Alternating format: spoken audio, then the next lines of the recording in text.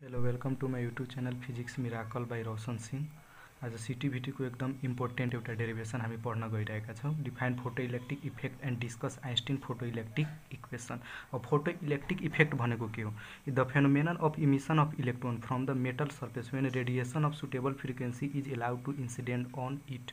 यो भनेको metal सर्फेसबाट इलेक्ट्रोनको emission हो।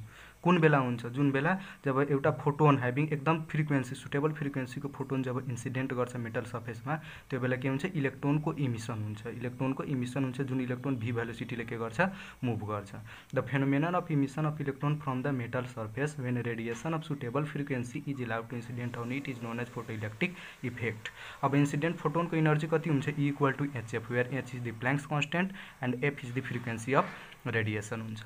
ल आइन्स्टाइन फोटो इलेक्ट्रिक इक्वेसनको बारेमा let us consider a photon. एउटा फोटोन लिनु छ having energy E equal to HF is incident on the metal surface. Incident केमा गराउनु छ? मेटल सर्फेसमा इन्सिडेन्ट गराउनु छ। Then there is a minimum energy called work function phi equal to HF naught, where H is the Planck's constant and F naught is the threshold frequency is used to liberate an electron from the metal surface। एकदम कम मात्रामा जुन energy हुन्छ नि त्यही work function जुन जसबाट के हुन्छ? इलेक्ट्रोनको इमिसन हुन्छ र बाँकी rest of the energy is given to the electron in the form of kinetic energy. र बाँकी जति इनर्जी हुन्छ जुन काइनेटिक इनर्जीको फर्ममा केलाई दिने गर्छ? इलेक्ट्रोनलाई दिने गर्छ। The late us consider a photon having energy equal to HF is incident on the metal surface, then there is a minimum energy called work function phi equal to HF naught is used to liberate an electron from the metal surface and the rest of the energy is given to the electron in the form of kinetic energy। बाँकी जुन energy हुन्छ त्यो केलाई दिने गर्छ? इलेक्ट्रोनलाई के को फर्ममा? Kinetic इनर्जीको फर्ममा दिने गर्छ। Then total energy of the photon कति भइहाल्छ? फोटोनको टोटल इनर्जी कति हुन्छ? Total energy of the photon is equal to work function minimum amount of energy given to the electron भनेको अर्थ वर्क फंक्शन भयो and kinetic energy of the electron, यानी कि energy given to the electron is kinetic energy. अब work function भनेको के भयो? जुन इलेक्ट्रोन इमिसनमा जुन जति इनर्जी खपत हुन्छ त्यो वर्क फंक्शन भयो र बाँकी इनर्जी जुन इलेक्ट्रोनलाई दिने गर्छ त्यो के भयो? Kinetic energy of the electron भयो। The total energy of the photon भनेको अर्थ HF is equal to work function भनेको अर्थ 5 भयो प्लस हाफ mv² भनेको काइनेटिक इनर्जी भयो।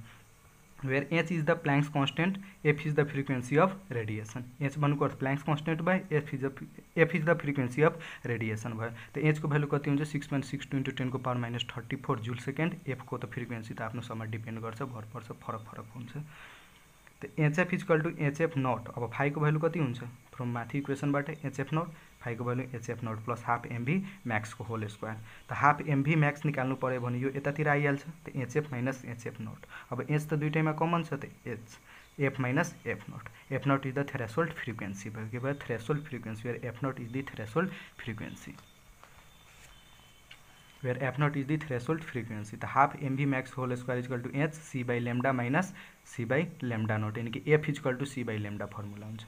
फ्रिक्वेन्सी को फर्मुला के हुन्छ? f is equal to c by lambda। Threshold frequency के भयो? c by lambda naught भनेको थ्रेशोल्ड वेभलेन्थ। थ्रेशोल्ड वेभलेन्थ, यो नर्मल वेभलेन्थ, यो भनेको थ्रेशोल्ड वेभलेन्थ। अब दुईटैमा c कमन हुन्छ, SC 1 by lambda minus 1 by lambda naught।